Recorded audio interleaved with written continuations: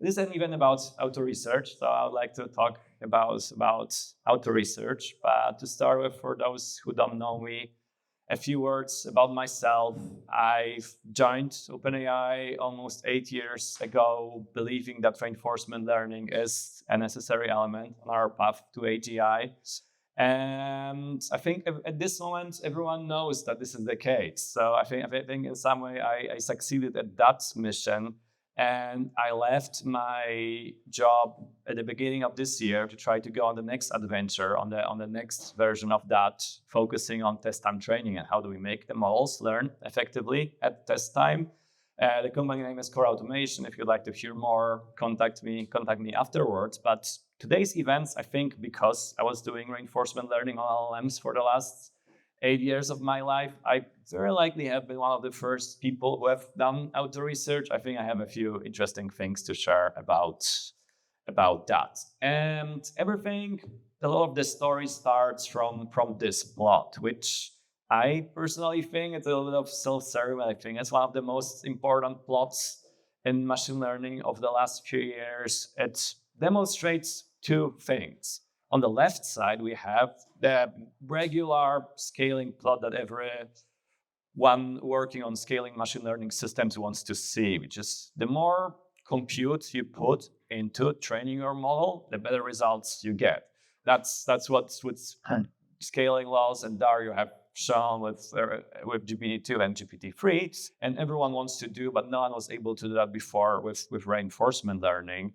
And our team at OpenAI was able to finally find a reinforcement recipe that scales. But that was the main thing what we were looking for, and we were able to find it. The thing that happened on the right kind of happens by accident. We didn't really design for it. We in some ways we stumbled onto it, but in many ways it was a more profound thing, which is it says the performance of your model improves as you spend more tokens. The more you let them all think, the same models, the better results you are getting, which was a holy grail of research for a very long time. But I don't think in many ways anyone was able to do that before, at least in a meaningful real world application, something very general, something of a considerable size.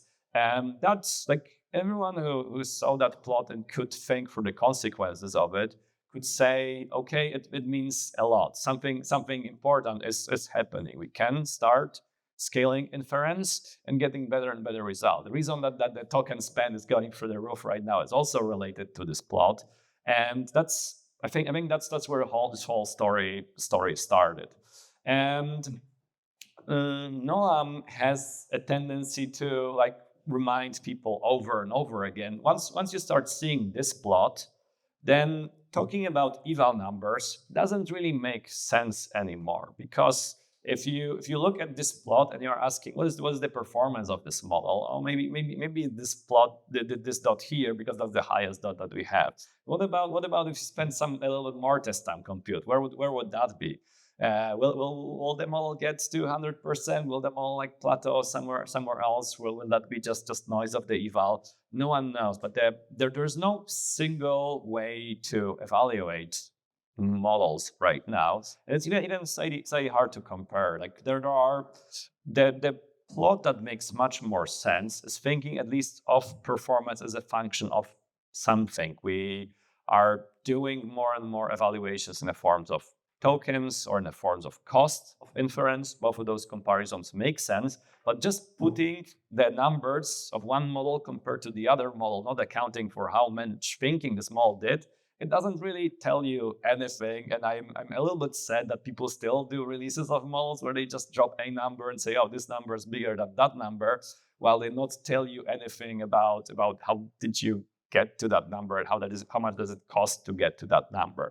So I think a release where you can see something like this plot, I think this is good. This is how you should be presenting models in this day and age, because they all scale with inference. The more compute you spend on a task, the better performance you get. So this is the world we live in right now. It's already a real thing. And I highly recommend always thinking in terms of any evaluation, what is the cost, what is on the x-axis here. And like coming back to auto research, what is auto research? In many ways, auto research is about scaling test time compute further and further. In many ways, beyond what a single context can do. A lot of auto research problems are problems that the models don't do very well.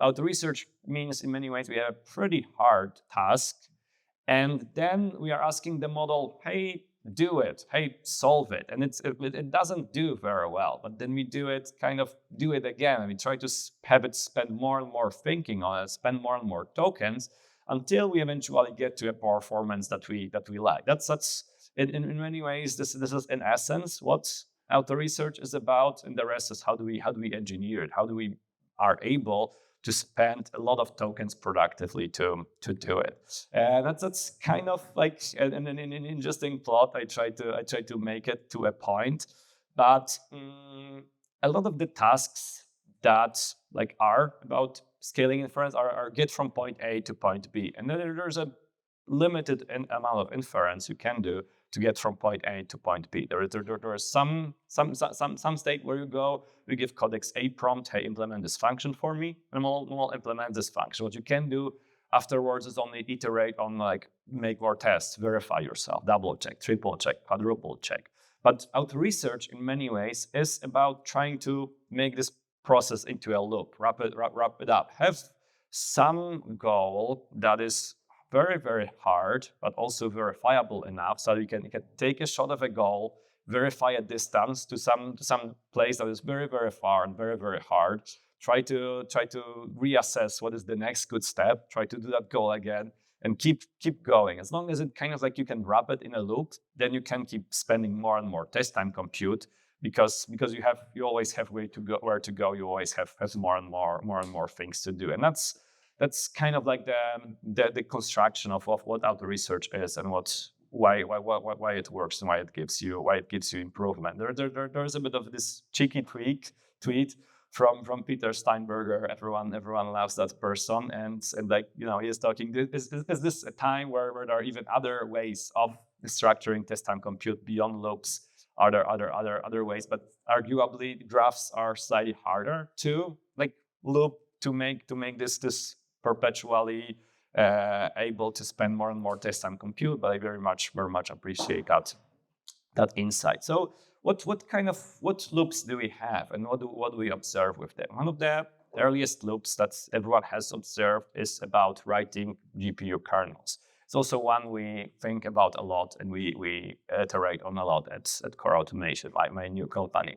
There is an example here of a competition we have run on generating kernel for operation as maybe not the most popular, but are used in a lot of second-order optimizer methods called QR decomposition. It's a linear algebra operation that performs decomposition of your matrices. We did run some auto research loop on that problem, and we got kernel a few times faster than NVIDIA baseline. We were very happy. Oh yeah, auto research worked. We did write a great kernel, better than what NVIDIA has. I don't think NVIDIA put a lot of effort in optimizing this kernel. It's not a forward pass of any model, but we were very happy about this. And then we decided to also launch a competition and see what people can do.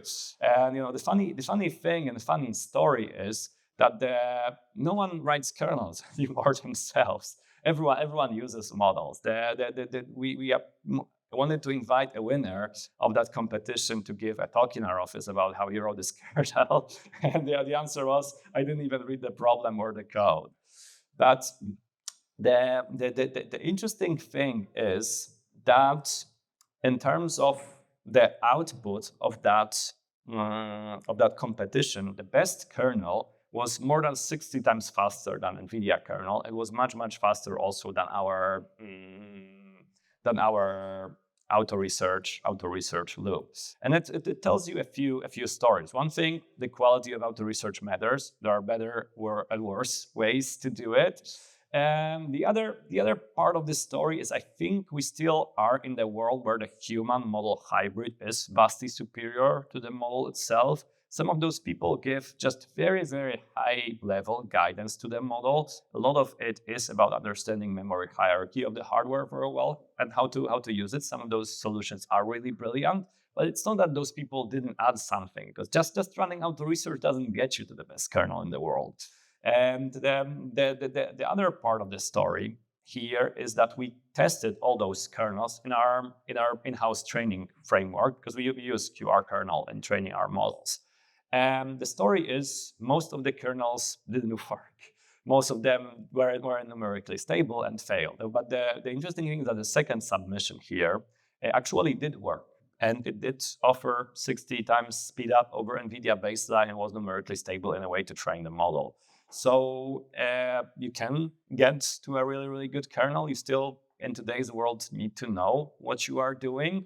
But auto research has this failure mode that everyone knows that if there's something you are not measuring, but is still within your objective, very likely you will hack it, and very likely you will get to the spot where you are exploiting some weakness of your problem, and you have to be very, very careful about your evaluation, about measuring if you are doing the right thing. So we've learned a lot. We are running more and more kernel competitions if anyone wants to participate, and we also just launched yesterday optimizer competition if anyone wants to participate with that very interesting deep learning research directions.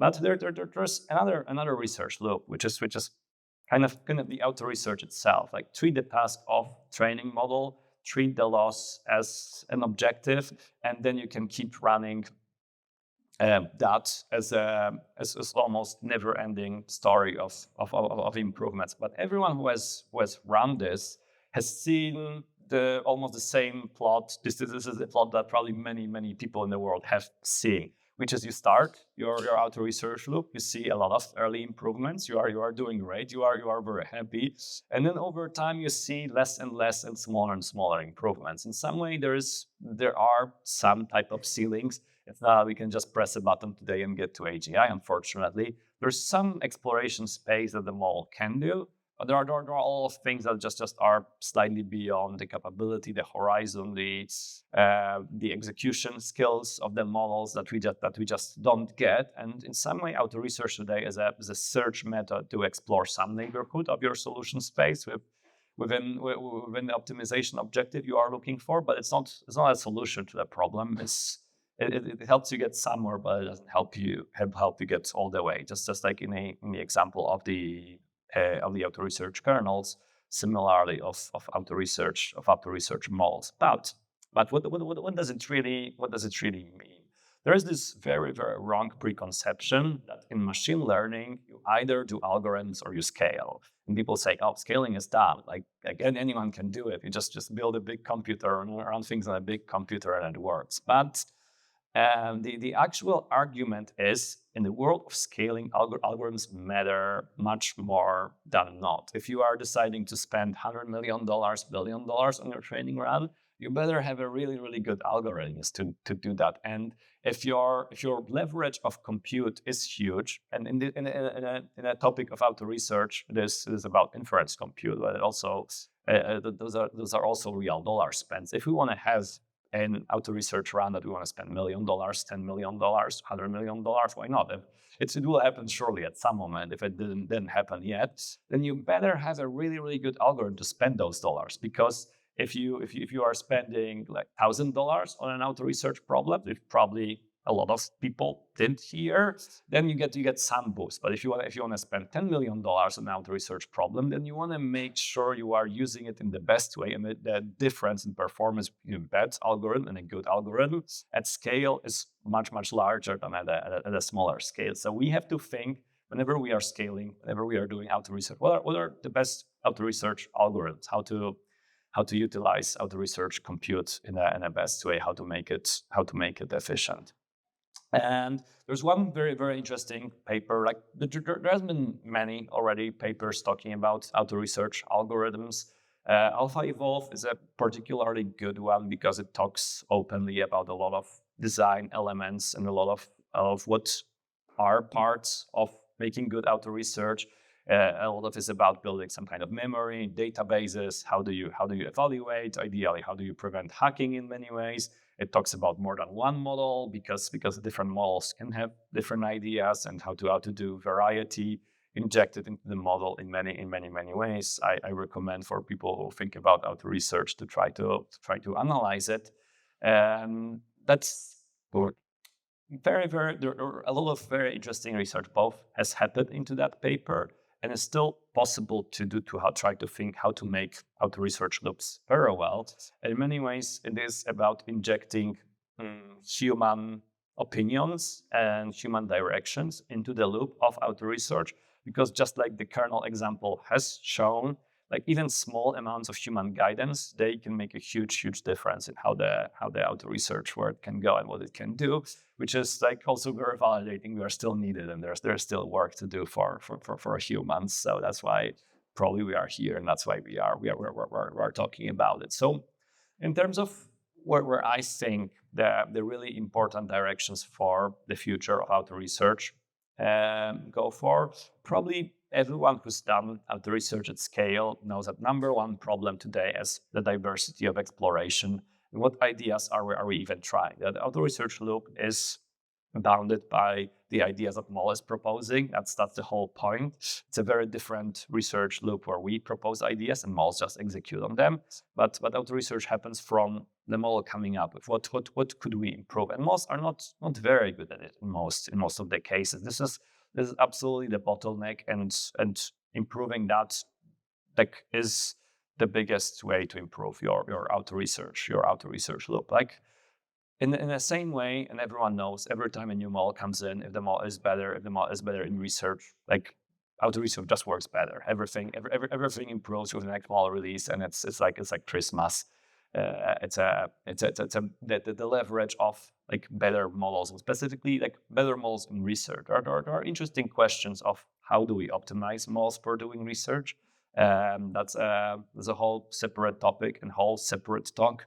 In many ways, what I personally believe in and what I am doing in my new company is trying to figure out how to inject more and more test time training. So technically, auto research loops by default are built on top of models that are static. You just run inference of those models. But there are many things we can learn from, and maybe there are many things we don't know yet before we start auto research, and we explore and we build. And how do we inject those things back into the model? How do we make sure we get the benefits of a better model through the process of doing auto research if we want to spend a lot of compute on that search? And I think that's a very, very interesting domain that will surely yield some gains over time. So slowly wrapping up this talk and structure of auto research, but auto research is a method where we can spend more inference, run more experiments, through that collect more data, and use that data to improve things further. Auto research works. It's a great way to scale inference to get better and better performance on your problem. There's one last thought that I wanted to share, which is citing my own tweet, but I think anyone constructing auto research jobs today, what I would like to recommend is run fewer experiments and think about them more. There are many ways to scale your inference compute, but I think a lot of people are trying just how do we get as many iterations as possible? How do we run as many reps as we can in this auto research loop? In some way, it is data generation process, but many of those are shallow, and you are also narrowing yourself very much to set of loops where the verification is cheap and easy. Those are not that many problems. Like a lot of problems can be verified in some way, but usually it is more expensive. And I think there is much better scaling slope in trying to reason harder about what experiment do we run and try to scale inference on that a little bit more, rather than exactly how many data points will be collected. I think it will be a good payoff for everyone. Thank you. That's what I had for today. Yeah. Thank you, Jared. Thank you, Jared. That was very amazing, inspiring. All right. So next up, I'd like to introduce Jessica, who's a researcher here at AGI House, and she will be facilitating a conversation with Bashir from Bashir Kodum from Google DeFi. So, rocking seems correct. Well, before that, we wanted to Australia for some Q&A. All right, for sure, David, Yeah. you get to speak a lot. Yes, thanks. Quick question. So, like I see like geo learning, yeah, that's not training out very design directions. My question is, I feel like compared to saying where we have already is being spending entire last year, we know like what do we need, what do we need, so we can actually simplify like training questions to data like candidate researchers and like handling the data. So like these three dimensions, well, for like auto research and it's so specified different industries and different like columns. So I'm curious about like your point of view of like, well, what's the solutions or what's the approaches we are having right now for solving such a complex problem that haven't like lied to several of the guys yet. Yeah. The thing about test time training is that at least you don't have one problem. You don't have problem of data, because data comes into you. This test time training because you are training on the problems you are doing, problems that someone came back to you. So that is not a problem. But what is a problem is algorithms. And as the story is, there are just no good algorithms right now today for test time training, and that is the place where deep learning researchers can come in and start coming up with those algorithms. This is researching at test time training is essentially researching a deep learning algorithm. How do we learn with a model that already has all that information before from the narrow set of data that is presented to us or that we are exploring for our trajectory?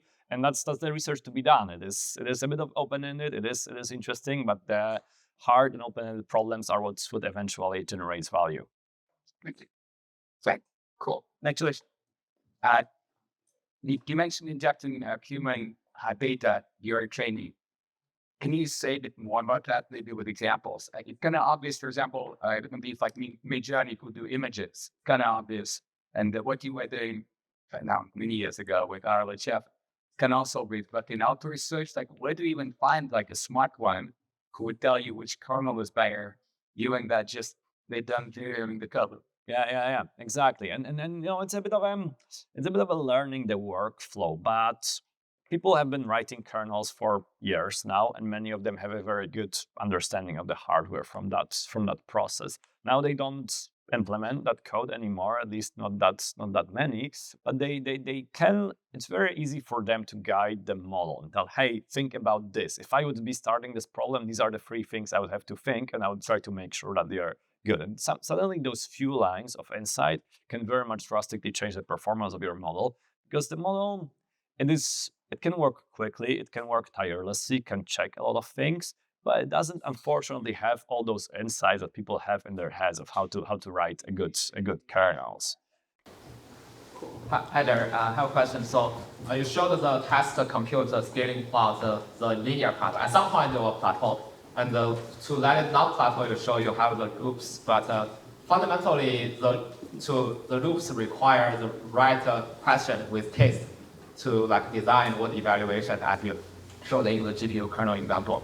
So where would the taste come from? It's kind of like a common question everyone asks. As Robin is saying, oh, we might need to basically pre-train better. Like Missile somehow seems to have better taste than Opus by like mostly I think a scaling pre-train.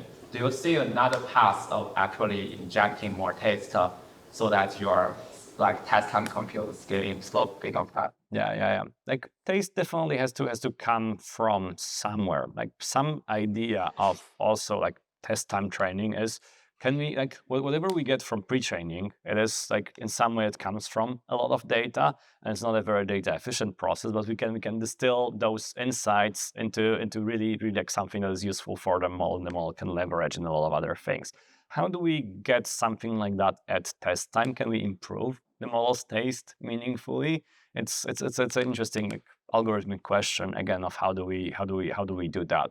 Because in some way like test time training is about lifting and improving everything that we could get only through pre-training before, and actually the problems that we really care about and in the domains that we want.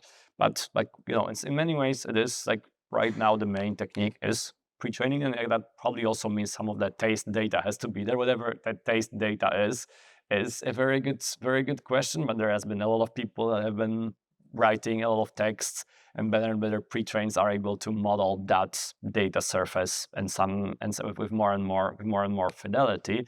But how do we, like the good question, what I'm asking myself, how do we take like a subspace of that? Like how do we get only like a very small narrow corner of data on all of the internet and try to model that really, really well without destroying anything else? Okay, one last question. Yeah, so with the training that compute scale involves, we had some rough idea of how much compute we're gonna need to get to a certain result. Is there any such thing with a test time compute? How much thinking do we need to get a better result? It is like you can try to extrapolate, and people try, and it has some success, but extrapolation is very, very hard. I have been playing this game with Codex a bunch of trying to tell, hey, I have this kernel, make it like run at like 5 teraflops, or make it run at 10 teraflops.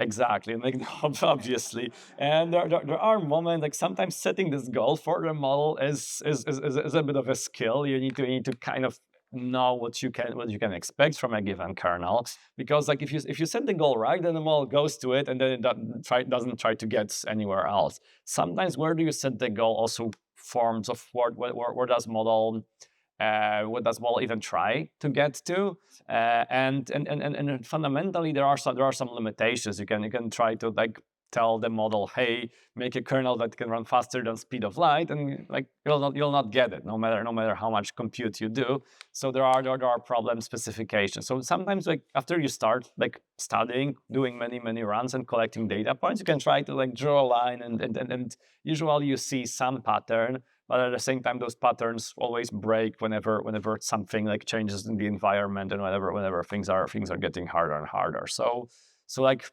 there are like you can try, and there's some way to not be running completely blind, but it does depend on your problem and your model. And beyond that, it's just the unknown of the frontier. Okay, wow, amazing. Thank you, Jared. Thank you. Thank you very much.